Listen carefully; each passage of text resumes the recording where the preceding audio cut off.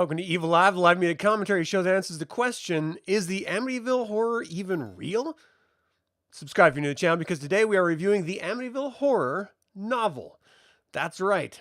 There's actually a novel to accompany the bazillion films that have been made with the Amityville horror in the title. But it all stemmed from this novel. Well, this novel. So let's talk about it because my initial impressions are, this is the second time I've read through it really quickly. And the first time I read it, it was terrifying. The second time I read it, not so much. It's not. And I think part of it is believability. And so my initial thoughts are, if you are a young individual who has not really thought about paranormal anything or the afterlife or, anything like that, and you've never dealt with the occult, then this is probably a scary book. But if you are an adult who has dealt with that type of stuff, well, then this isn't terrifying at all. And I don't know if it's just because it's pervasive in our media culture that people have just normalized it. But there's a reason why scary movies are scary and scary books are scary. And let's get into that here in just a second. All right, so this is by J. Anson, published on September 13th, 1977, originally by Prentice Hall. And it has a preface by Reverend John Nicola. It seems like as long as there's a preface by a priest, then the story that follows must be true. And the preface, it ostensibly can be wrapped up in the idea of, if you're a believer in religion, well, then this is a potentially real volume. If you're not a believer in religion, then you're wrong. Is kind of the vibe that I got from it, which is laughable and ridiculous. But what are you gonna do? Hey, Chris, how you doing, man? You live 10 minutes from the house. It's scary looking at night, even after seeing the movies. Yeah, well, they actually remodeled the house too, so it didn't look as much as like the original house, just to try to cut down on the amount of people coming through. But it still pretty much looks like the house. I mean, to be fair. All right, so it's, spawned a whole series of films ever since 1979 and onward, justifiably so, because if you're going to have a story that is so bombastic as this one, well, then let's make a little bit of Skrilla from that, right? So let me talk about why things are scary and why they're not scary. Things are scary when you don't know shit about them. Things are terrifying when you have a reason to be scared. So if you're a religious human being, you have God telling you, you will go to hell if you don't do what I say. And so the inference is that there's bad things in hell. And if there's bad things in hell and there's evil in hell, what if it creeps up and tries to grab you? Because that's what the devil's trying to do all the time, right? He's trying to corrupt you. It's never you. It's always the devil, right? And so if it is in fact, what the hell? If in fact there is a hell and there are devils trying to get you, well, then it's believable and it's scary and it's terrifying. But as soon as you realize that, no, those are Bronze Age fairy tales meant to teach lessons, just like Grimm's fairy tales were scary and meant to teach lessons to kids, and you are no longer a kid, well, then it's no longer scary. That's what it comes down to. And that's why when you run into like a true story novels, people start to believe that it's scary until you realize it's not true, and then it's no longer scary. And so fiction grasps onto horror, and they can do whatever they want because it's not trying to be based in reality. It's trying to be based in fantasy. And so as soon as you have something that's scary in fantasy versus reality, then you can believe it because the irony is, it's not real. So your suspension of disbelief is easier to trip into, and we willingly trip into it. But if we believe it's real and then we realize that it's not in fact real, it loses its terror. And the ability to trip into the disbelief becomes infinitely harder. That's my take on it anyway.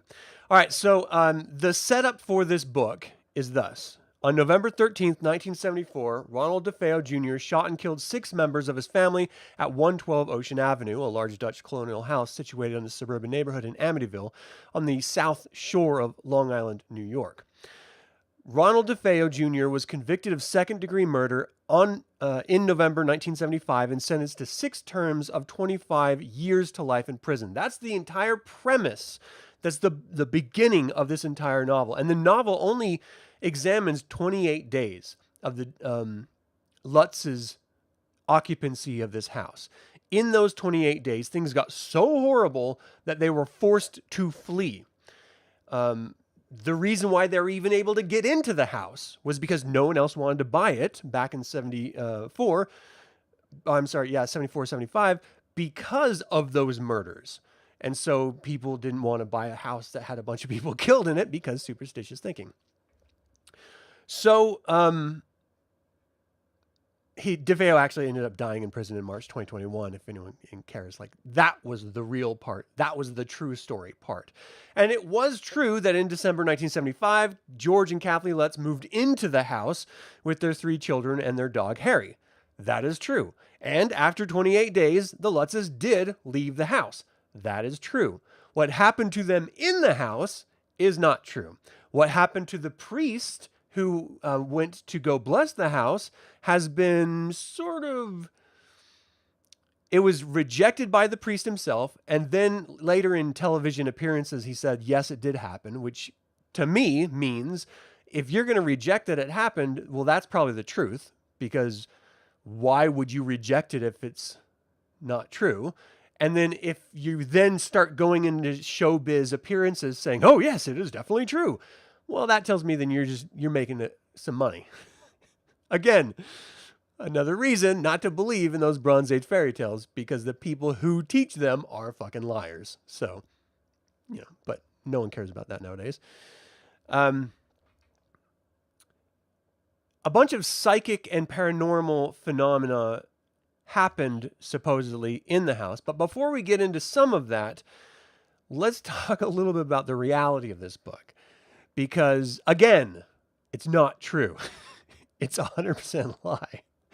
And it was outlined in May 1977. George and Kathleen Lutz filed a lawsuit against William Weber, the defense lawyer for Ronald DeFeo Jr., Paul Hoffman, Bernard Burton, and Frederick Mars, along with Good Housekeeping Magazine, New York Sunday News, and Hearst Corporation. And they filed the lawsuit against all those people because they alleged the misappropriation of names for trade purposes, invasion of privacy, and mental distresses because of them writing all this stuff, making these movies, writing the books and stuff. However, in September 17th, 1979 issue of People magazine, William Weber, the lawyer that they sued, wrote, quote, "I know this book is a hoax. We created this story over many bottles of wine," end quote. And this is referring to a meeting between Weber and George and Kathleen Lutz, during which they discussed what became the outline for Anson's book. So they whole cloth made it up with the lawyer, DeFeo's lawyer, and then later Anson wrote the book based on those discussions. When William Weber spoke out about it, the Lutzes sued his ass because they didn't want the truth to come out. So during the trials, the Lutzes admitted in the trial that virtually everything in the Amityville horror book was pure fiction. Which, yeah, duh. According to an article in the Skeptical Inquirer. On March 6, 1976, the house was investigated by Ed and Lorraine Warren, a husband and wife team self-described as demonologists, together with the crew from the television station Channel 5 New York and reporter Michael Linder of WNEM-FM. And ultimately, what came out of that, the demonologist Lorraine Warren said that the force of the house was not bound there and that there was some sort of phenomenon there. Now, the justification for why there was phenomenon and everything like that, we'll sort of get into that.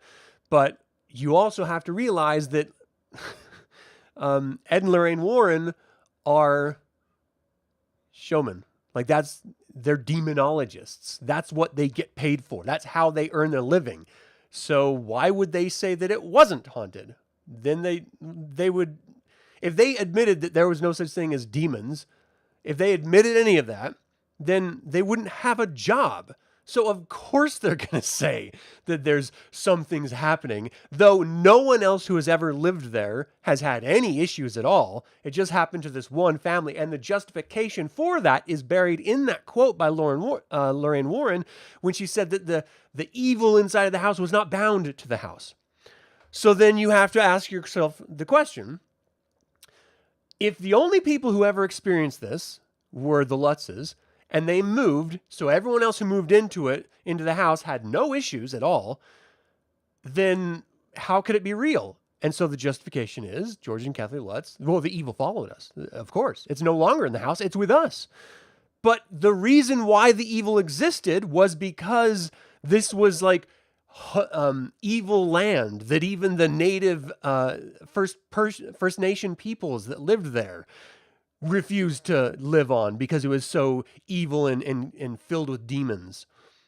Well, if that's the case, why didn't those demons ever follow any of the First Nations people? Why did it only follow this one family that lived there for 28 days? So you have to be a fucking moron to believe any of this shit. That's not to say you can't enjoy it, though. And that's where I really want to have a conversation based around, because none of this is true. It's 100% made up bullshit, but it's fun made up bullshit. So let's have some fun talking about it. So first and foremost, the two films that are of any note worth talking about that were made based off of this book was the original film, which was pretty sensational, and then the follow-up with Ryan Reynolds, which was fantastic. But neither of them are particularly good because they go into a bunch of sort of nonsense. But if we're just basing the story off of the novel itself, and you have to then recognize that the contents of the novel has slightly changed based on the printing of the novel. Now, I'm reading the 9th printing of it. That's just what I found in an old used bookstore like 25, 30 years ago. And so that's just what I've had on my shelf, forever when I originally read it. And so I do appreciate this story based on the version that I read. I don't know it in any other form. And the fact that I just read it in 2 days, just sitting down, I do my best not to read more than 100 pages of a book a day.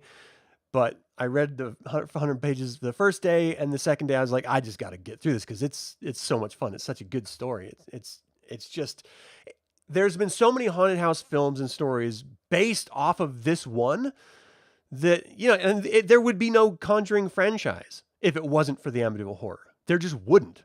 Ed and Lorraine Warren are the antagonists of that entire franchise. So he would have had to made up some whole other paranormal researchers or demonologists in order to tell the Conjuring stories. And it probably wouldn't have been as good because you hear Ed and Lorraine Warren, who are real human beings, and you start to immediately think in your head, could it be true? And that's what makes the Conjuring films good, other than the fact that they were masterfully crafted, at least the first one, in my opinion.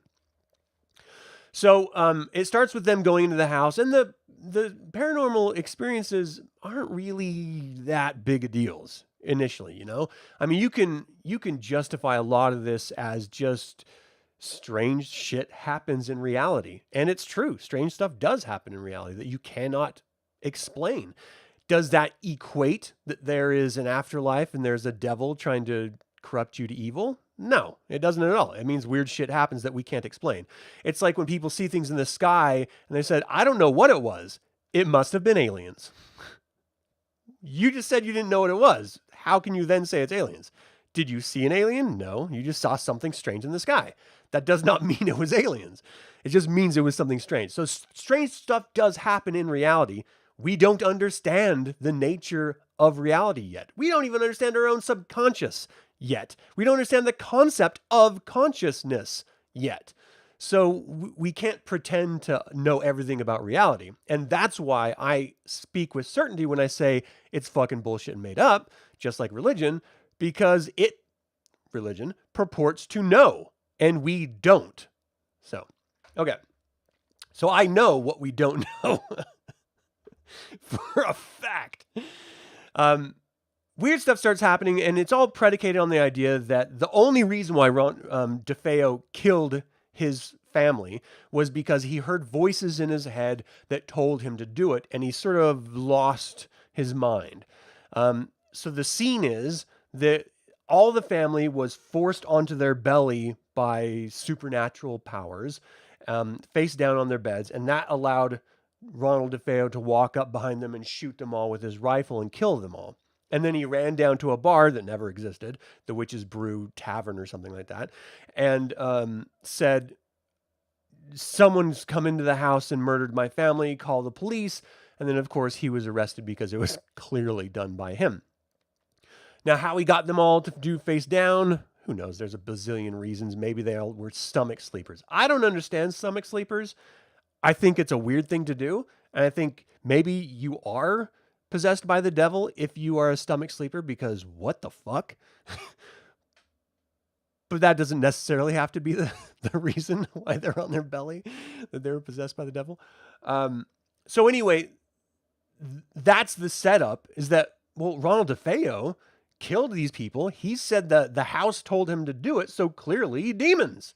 1 + 2 = demons. And so when weird stuff starts happening to the Lutzes, they immediately go to, oh shit, there was murders here.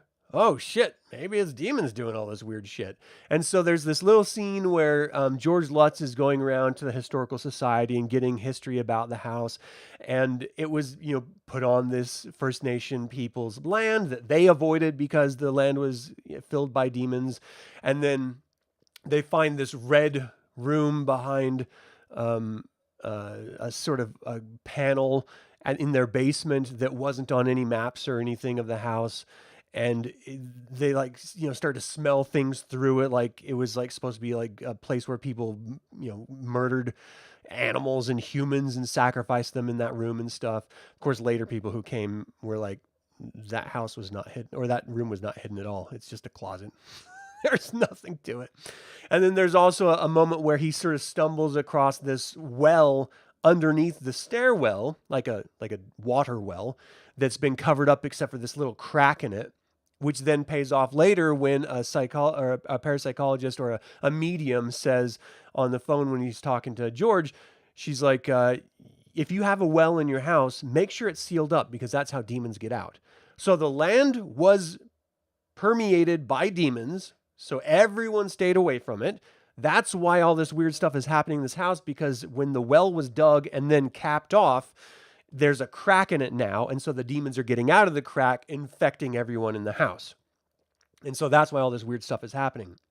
The weird stuff is pretty fun. Like there's a pig that is sort of attached itself to the daughter of this family, and it's like her friend telling her it's an angel, and that she can live here with the boy that also lives here and play with them forever. Very sort of, Stephen King, The Shining-esque.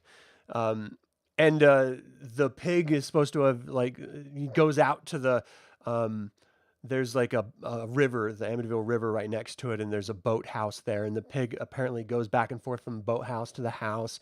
There's a bunch of different types of entities in the house. So not only do you have the ghosts of the people that were killed there, the son and the mother and the father. The mother and the father sort of like touch and feel the Lutz's mom, Kathleen Lutz.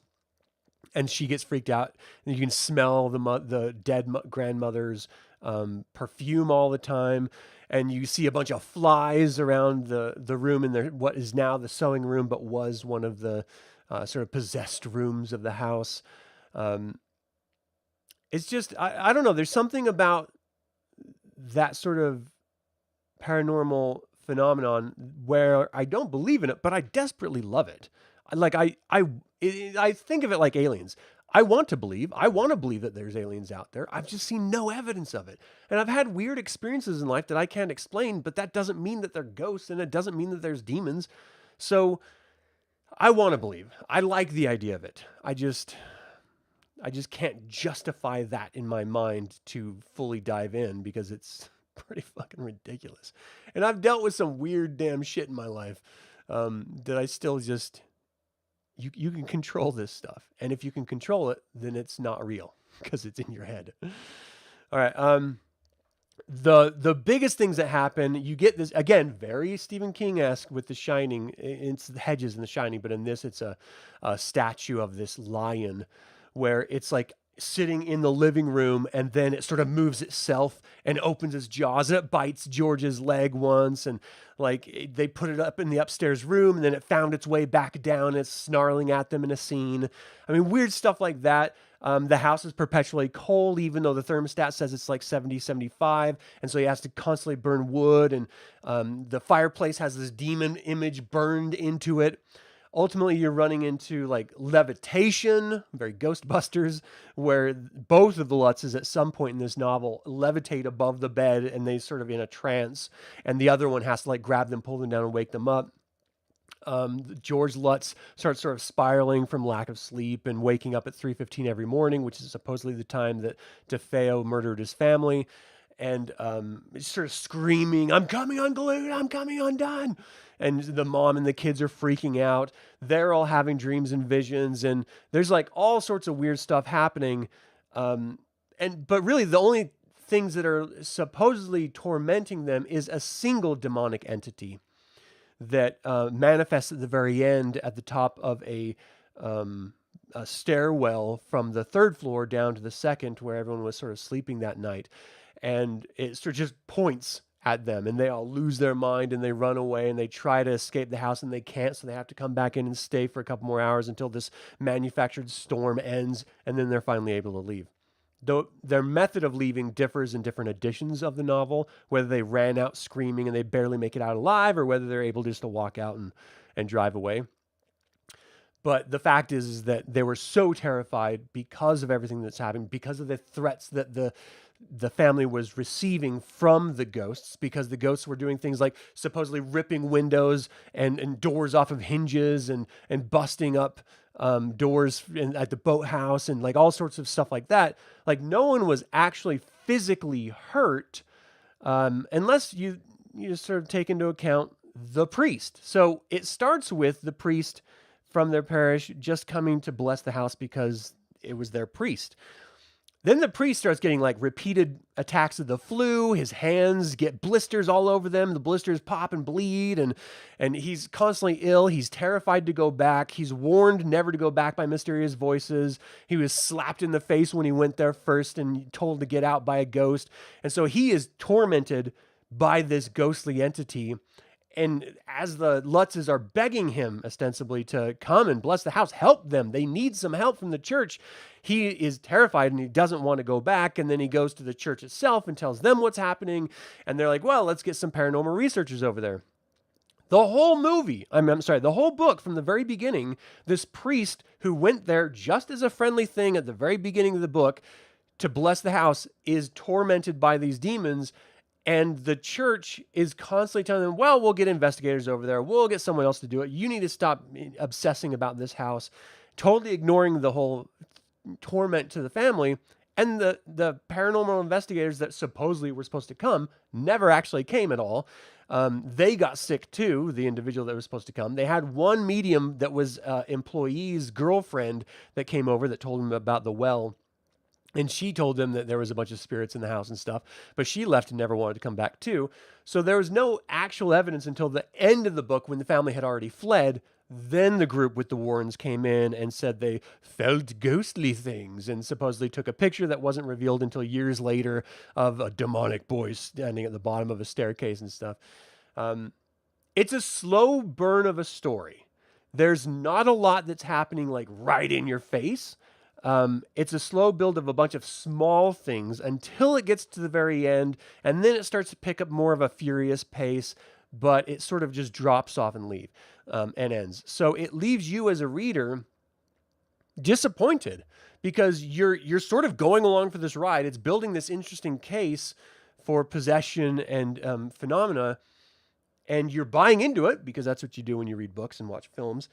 But at the very end, you sort of feel like the floor was ripped out from underneath you because it just stops. It doesn't like explain anything. It says that the ghost, they're still experiencing demonic sort of possession and psychic phenomena when they moved out to California, wherever they went. So that's why the Lutzes said that, that the evil is not bound to the house. I don't know. The whole thing was, and it was written really weird. This is something I think is worth having a conversation about. It's written as if it's like a police report.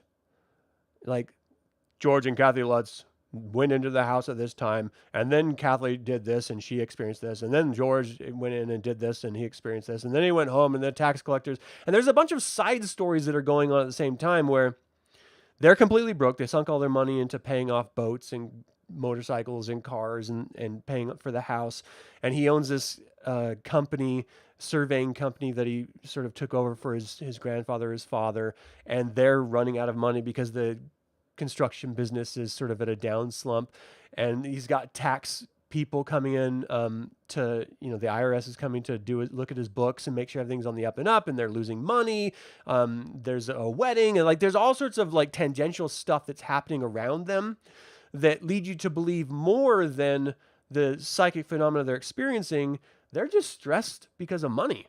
They're just, and that can lead people to suicide. It can break up marriages. I mean, you don't need the psychic ghost story of this. You could just have the economic side of it, and it would be more real, and it would justify their behavior more, in my opinion, than the ghost stuff. But then you get fun sort of ghost stuff where Kathleen is upstairs and she was showing her mom that she had these welts on her stomach that were going away slowly, that if you touched, burned your hand on her stomach. But she's in front of this mirror, and then she starts to feel like she's being watched as her robe is open. She's sort of naked with this open robe. And then later in the story, she comes downstairs sort of relieved in this position as if she just made love. And she had this dream that she had sex, but it wasn't with her husband, inferring that she was fucked by a ghost or raped by a ghost. But it wasn't rape because she was okay with it. It was, those types of inferences were very silly, but I find them really funny and sort of fun to, pontificate about, as it were. I just love the idea of a ghost having sex with a human. What happens? How is that even possible? Do you see the physical effects of the ghost's wiener going into the human vagina? It spreads it open. It's just the most ridiculous thing. Or is it because it's a ghost, it doesn't have girth? So it's like a breeze. I don't know. Physical dudes sometimes have a hard time getting girls off. What about ghosts? Do they have a hard time?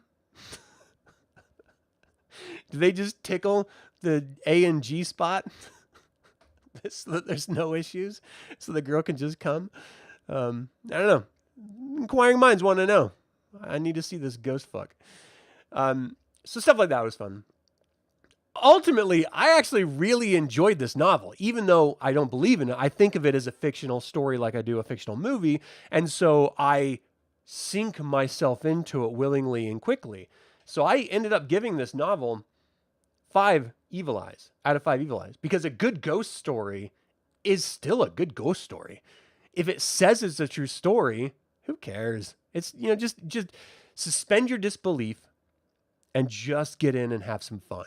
And that's what I did with this. I did it the first time where it really scared me, and this time I was thinking of what I would do in the characters' situations, and I was like, oh, I would have totally done something completely different in that case, or I would have behaved this way rather than that way. And it's easy to say when you're not in the situation, but still, that's what I was analyzing the story more, and it allowed me to appreciate the scares a little bit more on a more cerebral level than an emotional reactive level.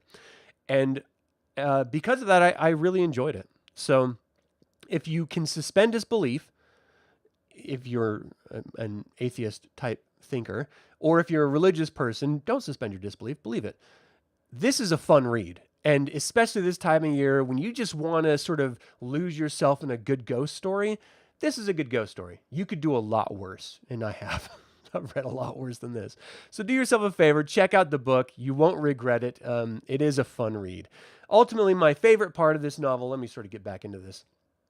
My favorite part of this novel had to be the ghost sex inference. And then at the very end, when the big demonic presence was at the top of the stairs and all it did was point at them. And that was all it took for them to lose their fucking minds. Oh, and the Nickelodeon ooze. Like, they all got oozed.